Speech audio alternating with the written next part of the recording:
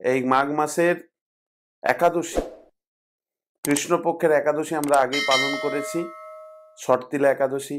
তো খুব নিষ্ঠার সহিত আপনারা পালন করেছেন, আমাকে অনেকেই জানিয়েছেন। তো আমার খুব আনন্দ লেগেছে আপনাদের কমেন্ট দেখে এবং আপনাদের এই নিষ্ঠা সহকারে পালন করা যখন আমি শ্রবণ করলাম।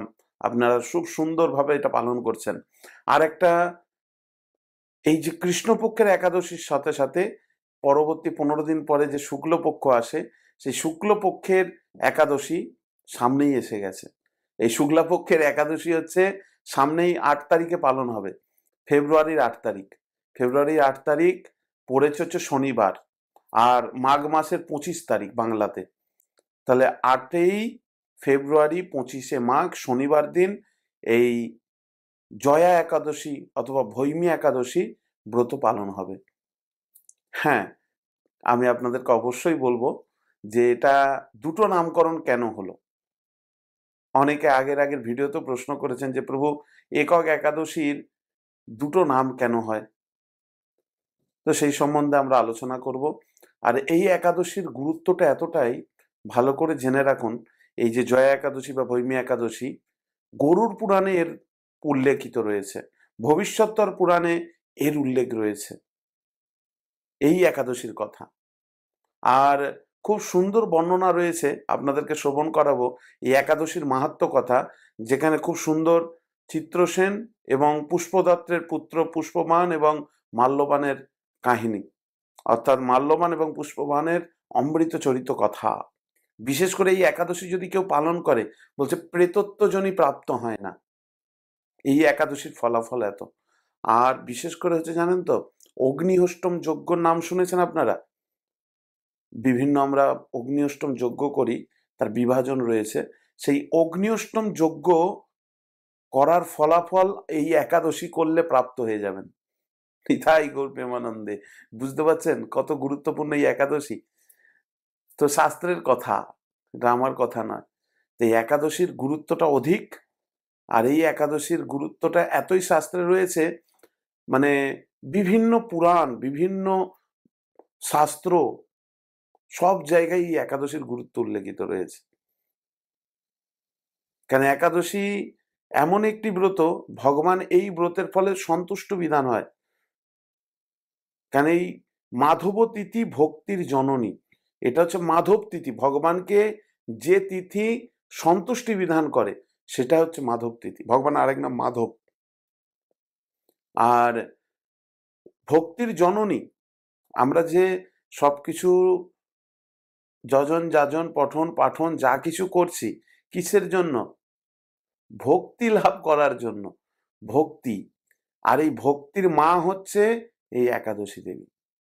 বলা হচ্ছে মাধব তিথি ভক্তির জননী, অর্থাৎ ভক্তির মা। হুম। তাহলে একাদশী তিথি কত গুরুত্বপূর্ণ বুঝতে পারছেন?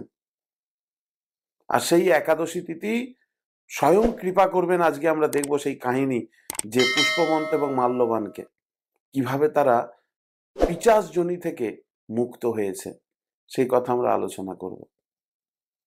তাই দেখুন, এই যে সমস্ত তিথি, এই একাদশী তিথি বিশেষ করে, তাছাড়া আরো যে ভগবানের জন্মাষ্টমী, গৌর পূর্ণিমা, এগুলো কেন পালন করব? মুখ্যত দিক হচ্ছে দেখুন ভগবানের সন্তুষ্টি বিধান। ভগবানের প্রীতি বিধান যদি করি, তাহলে এই জগতে আমার কোনো কষ্ট হবে না। যেমন বাবা যদি সন্তুষ্ট থাকে, বাড়িতে কোনো কিছুর অভাব হবে বলুন? বা আপনাকে আলাদা করে আহ কোনো কিছু চিন্তা করতে হয় না।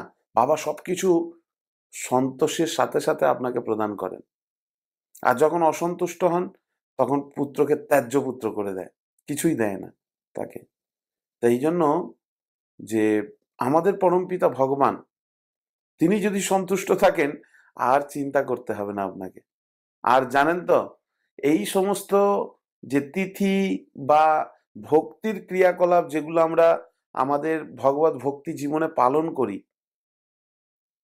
এগুলো এমন একটি জিনিস না, এ ভিতরে প্রবেশ করলে আর বের করতে পারবো না। যেমন কলকাতার রসগোল্লা, যদি একটা খান, সেটা কি আর বের করে ফেলে দিতে পারবেন বলুন? সেটা সম্ভব নয়। তো সেই রকম ভক্তি সিদ্ধান্ত সরস্বতী ঠাকুর খুব সুন্দর একটা কথা বলছেন, খুব সুন্দর উপদেশ উপাখ্যানে তিনি এই কথাটি উল্লেখ করেছেন যে গাওয়া ঘি আর বাদাম চাল। এক রাজ্যের একজন রাজা ছিলেন, অত্যন্ত ধর্মপরায়ণ নীতিপরায়ণ রাজা। সেই রাজা অত্যন্ত ধর্মনীতির সাথে রাজ্য পালন করতেন, কিন্তু কোনো লোক সেখানে টিকতো না বেশি দিন। কারণ রাজা সোজাসাপটা কথা বলতেন, সৎ পথে চলতেন, তাই সাধারণত তার কর্মচারী টিকতো না। তো একদিন রাজা যাচ্ছেন, বন্ধুর সঙ্গে দেখা হয়েছে, অত্যন্ত রাজার প্রিয় বন্ধু।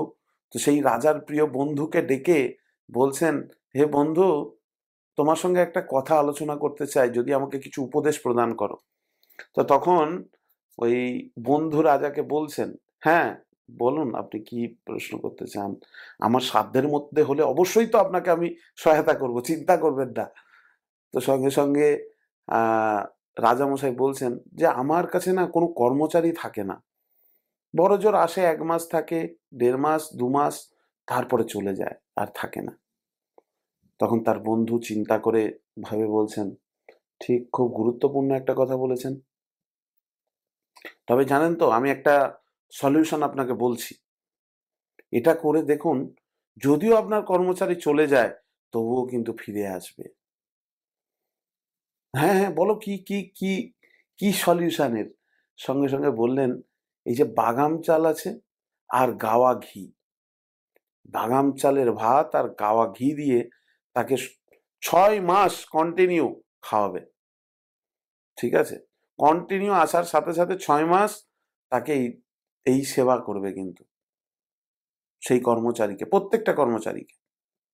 তো রাজামশাই বললেন, ঠিক আছে, তোমার এই ফর্মুলাটা আমি কাজে লাগিয়ে দেখছি। তো সঙ্গে সঙ্গে রাজা তার রাজ্যে গিয়ে একদম কিচেনে বলে দিলেন, যারা কর্মচারীরা আসবে তাদের জন্য বাদাম চাল আর গাওয়া ঘি দিতে হবে। তো এইভাবে যে কর্মচারীরা আসে, প্রথম থেকেই গাওয়া ঘি আর বাদাম চালের ভাত খাওয়াতে শুরু করেন। তো প্রত্যেকটা কর্মচারী বিভিন্ন কর্মের সাপেক্ষে বা মনোমালিন্যের কারণে বা নিজের আলস্যতার কারণে, যদিও তারা এই রাজাকে ছেড়ে যেতে শুরু করলো 2 মাস 1.5 মাস 3 মাস পরে, কিন্তু রাজামশাই লক্ষ্য করে দেখলেন 3 মাস পরে 1 মাস আগে যে কর্মচারী চলে গেছে, সেই কর্মচারীরা এসে বলছেন রাজামশাইয়ের কাছে যে রাজামশাই, আপনাকে ছেড়ে থাকতে পারলাম না, আপনার প্রতি ভালোবাসা, আপনার প্রতি সেই টান আমাকে বাড়িতে আর থাকতে দিল না। তাই আমি প্রতিজ্ঞাবদ্ধ হয়েছি, টাকা দিন আর না দিন আমার কোনো যায় আসে না, আমি এই জীবনটা আপনার এখানেই পরিসমাপ্তি কাটিয়ে দেব, আর আমি এখান থেকে যাচ্ছি না আপনার রাজ্য থেকে। তা আবার সে কর্মে যুক্ত হয়েছে। এরকম যত কর্মচারীরা যেতে লাগছিল, এই বাদাম চাল আর গাওয়া ঘি খেয়ে তারা সকলেই ফিরে এলো। তখন রাজামশাই সেই বন্ধুকে একদিন বললেন যে, বন্ধু, তোমার সেই বাদাম চাল আর গাওয়া ঘি সেটা কাজে লেগেছে। তো ভক্তি সিদ্ধান্ত সরস্বতী ঠাকুর এটার মাধ্যমে বোঝাতে চেয়েছেন, এই যে গাওয়া ঘি আর বাদাম চাল, হুম, এই গাওয়া ঘি আর বাদাম চাল যদি গ্রহণ করি, সেটা আর আমরা এই টেস্ট আর কখনো ছাড়তে পারবো না, সেই টেস্ট ফিরে যেতে পারবো না। তাই সাধুগুরু বৈষ্ণবরা যে নির্দেশ দিচ্ছে, সেই নির্দেশ অনুসারে এই ভগবত ভক্তির মার্গ আমাদের গ্রহণ করতে হবে। ভগবত ভক্তির এই অমৃত, যেমন আমরা সকলে কুম্ভে যাচ্ছি, তাই না? কুম্ভে কেন যাচ্ছি? স্নান করতে। এর আগের ভিডিওতে আমরা বলেছি কুম্ভের গুরুত্ব। কুম্ভে কেন স্নান করছি? না, এই কুম্ভতে আমি গিয়ে স্নান করার মাধ্যমে মুক্তি প্রাপ্ত হতে পারবো, অমৃত প্রাপ্ত হতে পারবো। কিন্তু এটা চিন্তা করে দেখেছি, এই যে কৃষ্ণ ভাবনামৃত, এটা কখনো ক্ষয় হওয়ার নয়। এমনি অমৃত যদি লাভ করেন, সেই অমৃতটা একটা সময় ক্ষয় হয়ে যাবে, আমৃত্যুকাল আপনি জীবনযাপন করতে পারবেন না। যদিও বলে অমর হয়ে যাবেন আপনি, কিন্তু না, একটা সময় আপনার এই দেহ ছেড়ে দিতে হবে। কিন্তু যদি কৃষ্ণ ভাবনার অমৃতটা গ্রহণ করেন, এই সেই গাওয়া ঘি আর বাদাম চালের মতো ছাড়তে পারবেন না। বুঝতে পারছেন? প্রথম প্রথম হয়তো দূর থেকে ভয় হতে পারে, কিন্তু একটা জিনিস জেনে রাখুন যে ভয় মানুষকে দূরে সরিয়ে রাখে, সংশয় মানুষকে দূরে সরিয়ে রাখে, চিন্তা ভাবনা মানুষকে অনেক দূরে করে দেয়, আর সাহস এবং উৎসাহ মানুষকে আরো গভীরে প্রবেশ করার সুযোগ করে দেয়। এটা খুব গুরুত্বপূর্ণ একটি কথা। আপনি কোনো জিনিসের সম্মুখে উপস্থিত থাকলেও সেখানে যদি সাহস না থাকে, যদি সেই সম্বন্ধে অবগত না হন, তাহলে আপনার কাছে সেই জিনিসটা প্রকাশিত হবে না। কিন্তু কোনো জিনিসের সামনে, যদি মূল্যবান জিনিসের সামনে থাকেন কিন্তু তাতে সাহস এবং সচেতনতা গ্রহণ করেন এবং সেটা উৎসাহের সহিত গ্রহণ করার প্রয়াস করেন, আপনার কাছে সেই জিনিসটা সহজেই প্রকাশিত হবে। তেমন ভগবত ভক্তির মার্গে এইরকম, তেমন এই একাদশী ব্রত আদি তিথি এইরকম। যদি আপনি নিজের জীবনে গ্রহণ করার প্রয়াস করেন, আমি বলছি আপনার জীবন পরিবর্তন হয়ে যাবে। কেন, আমরা প্রত্যেকে এক একটা ধারণা নিয়ে জন্মগ্রহণ করেছি, আর সেই ধারণাটা এই ৮০ লক্ষ জনই ভ্রমণ করে করে আমাদের মধ্যে রয়ে গেছে আগের ধারণাগুলি। আমরা সেটাকেই ঠিক মনে করছি, কিন্তু এটা ঠিক নয়। বর্তমান আচার্য সাধুরা, সনাতন সভ্যতা, শাস্ত্র কি জ্ঞান দিচ্ছে সেটাকে গ্রহণ করা, সেটাকে অ্যাকসেপ্ট করা নিজের জীবনে, তাহলে জীবনের পরিবর্তন ঘটাতে পারবো। আর পরিবর্তন জীবনের ঘটানো প্রয়োজন প্রত্যেকের রয়েছে, আর তা না হলে কষ্ট দুঃখ আমাদের থেকে কখনোই নির্বাপিত হবে না, এটা জেনে রাখুন। তাই কেউ ভয় করবেন না, কেউ ভয় পাবেন না, বা অপরকে ভয় দেখাবেন না, বা সংশয়গ্রস্ত হবেন না। আমি আপনাদেরকে গ্যারান্টি দিচ্ছি যে আপনারা এই একাদশী ব্রত পালন করতে শুরু করুন, যারা করছেন না আমাদের এই ভিডিও দেখেন, আমি আপনাদের গ্যারান্টি দিচ্ছি 100%। যদি আপনাদের কোনো অসুবিধা হয় আপনারা আমাদেরকে জানান, আমরা আপনাদের সলিউশন দেব, কিন্তু এই গ্যারান্টি আপনাদের কাছে, আপনাদের জীবনে কোনো অসুবিধা হবে না এবং ভগবান সর্বত্র আপনার জীবনে উপস্থিত থাকবেন।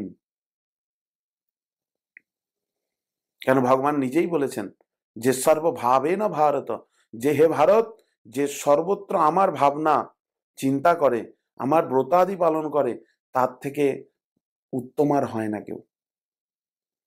বুঝতে পারছেন? তো এই জন্য বিষয় হচ্ছে ভগবান স্বতন্ত্র দিয়েছে, সেই স্বতন্ত্রটাকে নিজেকে কাজ করতে হবে, নিজেকে কাজে লাগাতে হবে, তা না হলে কিছু লাভ নেই। বোঝা গেল? তাই প্রত্যেককে আমি করজোরে প্রতিবারই অনুরোধ করি, এবারেও করছি, যারা একাদশী শুরু করেননি করুন, যারা করেনি দেখতে পাচ্ছেন তাদেরকে করার জন্য উদ্বুদ্ধ করুন, যাতে তারা এই একাদশী ব্রত করে, কেন এর মতো ব্রত আর হয় না। এই একাদশী ব্রত করুন। এই মাঘ মাসে শুক্লা পক্ষের একাদশী অত্যন্ত গুরুত্বপূর্ণ এক একাদশী। কিভাবে করবেন? চিন্তা চিন্তা নেই। আমি প্রতিবারেই এক কথাই বলি যে কোনো চিন্তা নেই। যারা আমিষ খান আগের দিনে আমিষ এবং একাদশীর পরের দিনে আমিষ গ্রহণ করবেন না, ঠিক আছে? এটা মনে রাখবেন। আর একাদশীর দিনে পঞ্চ রবি শস্য গ্রহণ করা যাবে না, 5টা জিনিস, ধান, চাল, যব, গম, ভুট্টা, এগুলো গ্রহণ করা যাবে না। অর্থাৎ একাদশীর দিনে রুটি খেয়ে থাকা যাবে না, কিন্তু রুটি, লুচি, পুরি এগুলো খাওয়া যায় না। একাদশীর দিনে আপনি যদি ঘি দিয়ে সবজি বানিয়ে খেতে পারেন, অথবা ঘি দিয়ে আলু ভেজে, আলু সিদ্ধ, ফলমূল, ড্রাই ফ্রুটস, জুস, মিজরির জল, এগুলো খেয়ে কাটাতে পারেন। আরো অনেক কিছু রয়েছে একাদশীর আইটেম। তবে সরিষার তেল, সাদা তেল এগুলো খাওয়া যাবে না। এক তেল খেতে পারেন যদি সূর্যমুখী তেল হয়, সানফ্লাওয়ার অয়েল, ঠিক আছে?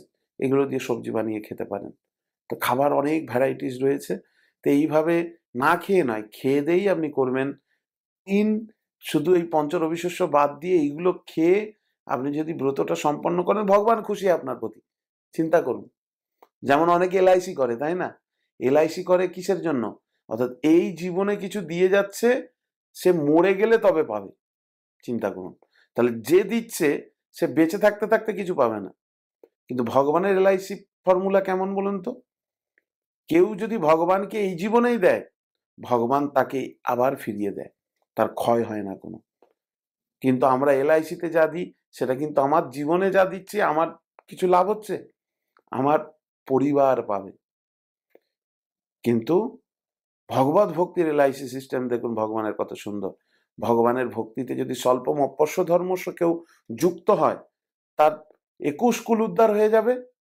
অর্থাৎ বংশেদেরও এলআইসি ফর্মালিটি রয়েছে, তারাও পাবে, এবং সে নিজেও সুচিরাং শ্রীমতাঙ্গে, সে আবার যদি কমপ্লিট করতে না পারে, সুচিরাং শ্রীমতাং গেহে তার জন্মগ্রহণ হবে। সূচি গৃহে, ব্রাহ্মণ গৃহে জন্মগ্রহণ করে ভক্তি করার আবার সেখান থেকে শুরু হবে, কোনো ক্ষয় নেই। আর যদি কমপ্লিট হয়ে যায়, ভগবান বলছে আমার ধামে চলে যাবে। মদ ভক্ত জানতি মামপি, আমার ভক্ত আমার ধামে প্রাপ্ত হবে। কত সুন্দর ভগবান একটার পর একটা সূত্র আমাদের দিয়েছে, কিন্তু গ্রহণ করতে পারছি না। কেন জানেন তো? আমাদের প্রকৃত জ্ঞানটা নেই। জ্ঞান অনেক রয়েছে। আমরা একটা কথা শুনে থাকবেন আপনারা, জ্ঞান পাপী। অনেক জ্ঞান আছে, কিন্তু কোনো জ্ঞান কার্যকরী নয়, যেটাকে বলা হয় অজ্ঞান। আমরা জানি অনেক কিছু, কিন্তু আমাদের জীবনে করতে পারি না, প্র্যাকটিক্যালি নয়। আমরা লক্ষ্য করে দেখুন, প্র্যাকটিক্যাল করতে পারি? হয় না। তাই শাস্ত্র, সাধু, গুরু, বৈষ্ণবরা যেটা বলছে, সেই ফর্মালিটি মেনে আপনারা করার প্রয়াস করুন। ফল তো ভগবান দেবেন। ঠিক আছে? তো এই একাদশী আগের দিনে যারা আমিষ খান, আমিষ খাবেন না, পরের দিনও আমিষ খাবেন না, তাড়াতাড়ি ঘুমিয়ে পড়ুন। আর একাদশীর দিনে চেষ্টা করবেন সকাল সকাল উঠে ভগবানের কাছে হাত জুড়ো করে সংকল্প মন্ত্র বলতে। এই সংকল্প মন্ত্র যারা আপনারা না জানেন, আমাদেরকে জানাবেন, আমরা আপনাদেরকে পাঠিয়ে দেব কমেন্ট বক্সে। ঠিক আছে? আর এই সংকল্প মন্ত্র বলুন, বলে ভগবানের কাছে সংকল্প করুন।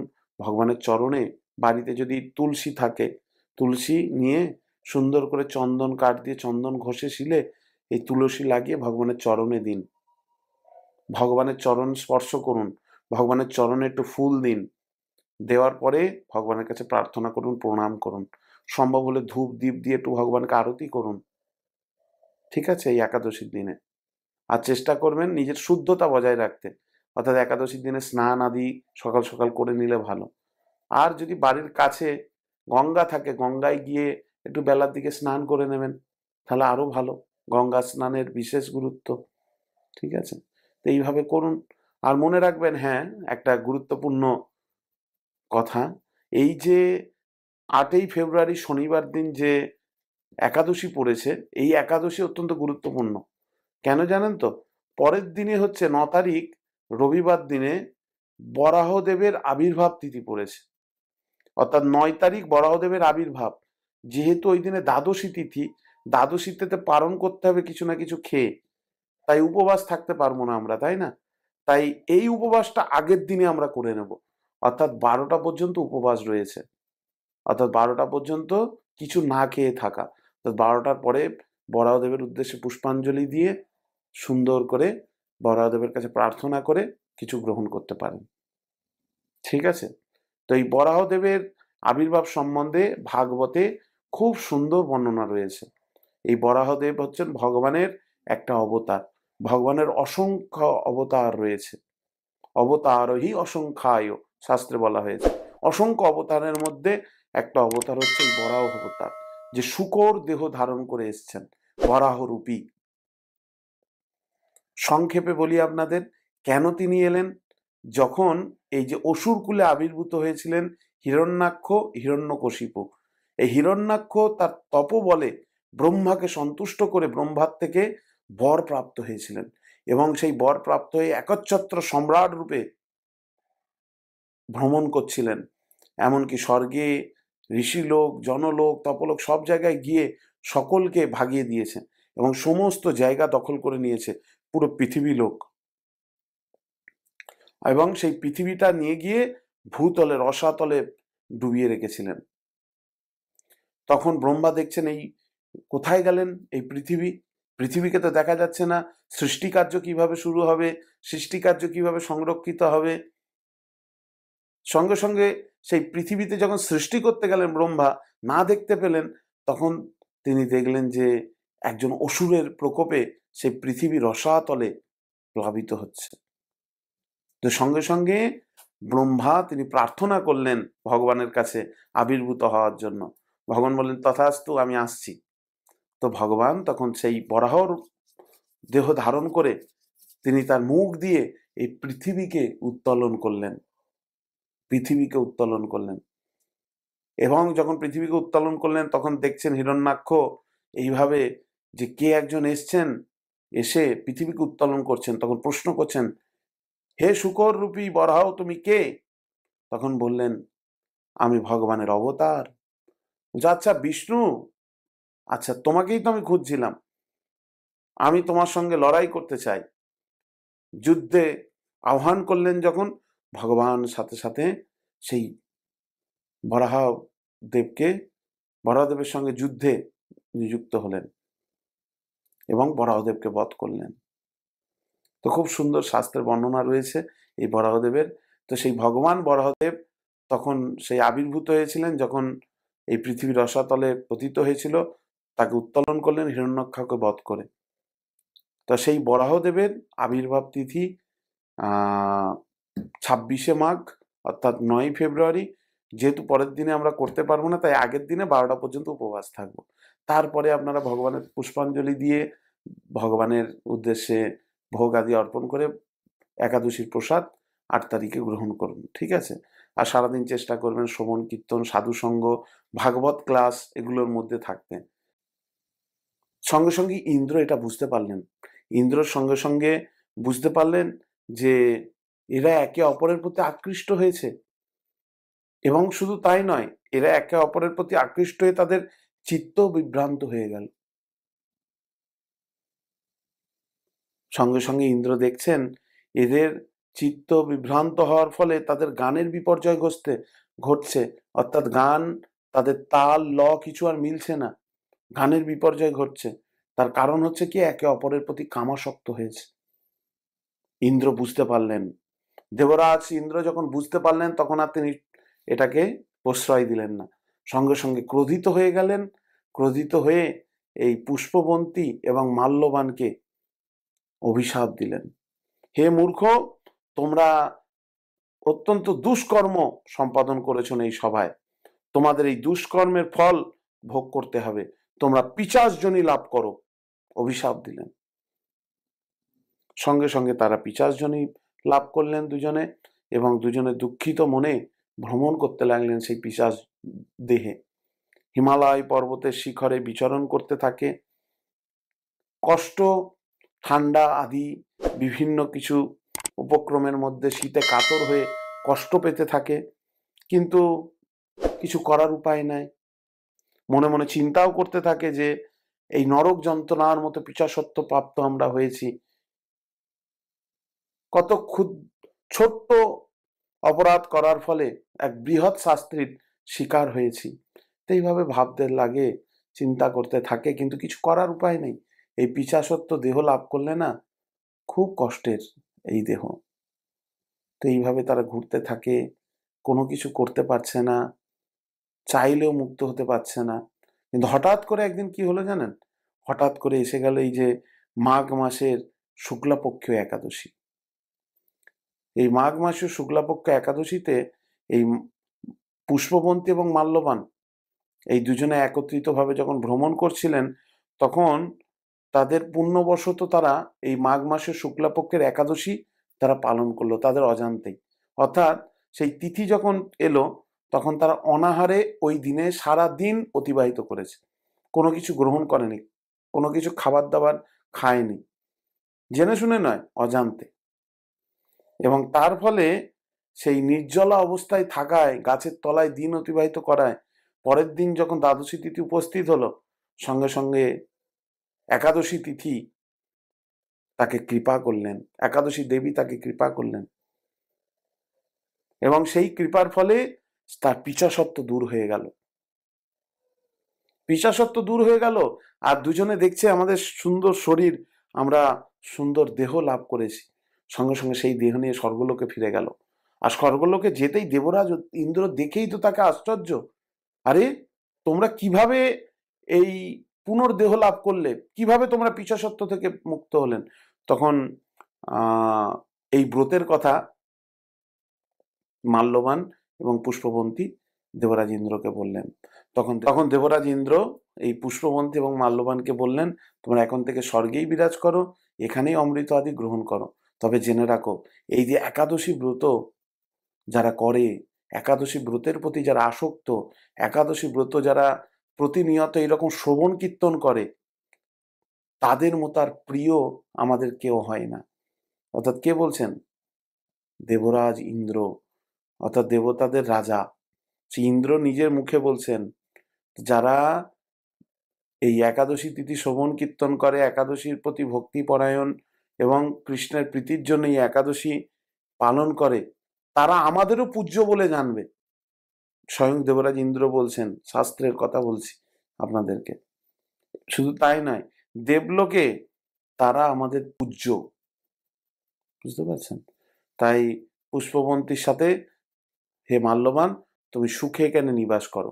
এইভাবে দেবরাজ ইন্দ্র তাকে কৃপা করলেন। তা কৃষ্ণ বলছেন, মহারাজ, এই জয়াব্রত জানেন তো, এই ব্রহ্ম হত্যাজনিত পাপকে বিনাশ করে। কারো যদি ব্রহ্ম হত্যা পাপ হয়ে থাকে, সেই পাপ থেকে মুক্ত হতে পারবে। আর এই ব্রত পালনের সাথে সর্বপ্রকার দানের ফল লাভ হয়। অর্থাৎ কেউ যদি নিষ্ঠা সহকারে এই ব্রতটা করে, তাহলে দানের ফলও প্রাপ্ত হতে পারবে। সকল যজ্ঞ এবং তীর্থের ফল একাদশীর প্রভাব হতেই লাভ হয়। অবশেষে মহা আনন্দে বৈকুণ্ঠ স্বাগচ্ছতি, বৈকুণ্ঠ লোকে ফিরে যায়। এই জয়া একাদশী ব্রত পাঠ এবং শ্রবণে অগ্নি অষ্টম যজ্ঞের ফল লাভ হয়। হরি বল, বুঝতে পারছেন? অগ্নি অষ্টম যজ্ঞের ফল লাভ করতে পারবেন। এই হচ্ছে একাদশীর গুরুত্ব, মাহাত্ম্য আপনাদের কাছে তুলে ধরলাম। তাই প্রত্যেককে অনুরোধ করছি বারবার, যে প্রত্যেকেই একাদশী ব্রত করুন করুন করুন। তার কারণ নিজেরাই উপকৃত হতে পারবেন, না করলে বুঝতে পারবেন না এর গুরুত্বটা কি। ঠিক আছে? সবাই ভক্তিপরায়ণ হন। আপনার নিকটবর্তী মন্দির যদি থাকে কোনো ইস্কনের, সেই ইস্কনের মন্দিরে যান, গিয়ে কোনো প্রভু মহারাজদের সঙ্গে সাক্ষাৎ করুন, করেই একাদশীর গুরুত্ব বা একাদশীর গ্রন্থ আদি সংগ্রহ করে এটাকে আরো ভালো করে আপনি অধ্যয়ন করুন, দেখবেন এর গুরুত্ব বুঝতে পারবেন। আর তাছাড়া আমরা প্রতি একাদশীর আগে আগে আপনাদেরকে জানিয়ে দিই এর গুরুত্বগুলি কতটা। তাই মুখ্য জিনিস হচ্ছে পালন করতে হবে নিজেকে, তাই না? তাই সকলে নিষ্ঠা সহকারে পালন করুন, প্রয়াস তো করুন। চেষ্টা থাকলে উপায় হয়, প্রয়াস থাকলে উপায় হয়। যদি প্রয়াস না করি, সাফল্য আসে না কখনো, কোনো কাজেই। তাই সাফল্য আপনার কাছে, প্রয়াসও আপনার কাছে, আপনাকে করতে হবে। ঠিক আছে? তো সকলে কিন্তু নিষ্ঠার সহিত পালন করুন, এটা আমার অনুরোধ আপনাদের কাছে। তা আসুন, যারা যারা এই একাদশী ব্রত পালন করছেন, পরের দিনে অর্থাৎ এই 8ই ফেব্রুয়ারি শনিবার দিন একাদশী, 9 তারিখ দ্বাদশী, সেই দ্বাদশীতে সময় মতো পালন করবেন। যে যেখানে থাকেন সেই স্থান দেখুন, সেই স্থানের নাম বলবো এবং সময়গুলি বলবো, সেই অনুসারে আপনারা পালন করবেন। এই একাদশী ব্রত 8ই ফেব্রুয়ারি শনিবার ভৈমী একাদশী, 9ই ফেব্রুয়ারি পরের দিনে পালন। মায়াপুরে যারা রয়েছেন 6টা 12 থেকে 9টা 58-র মধ্যে পালন হবে।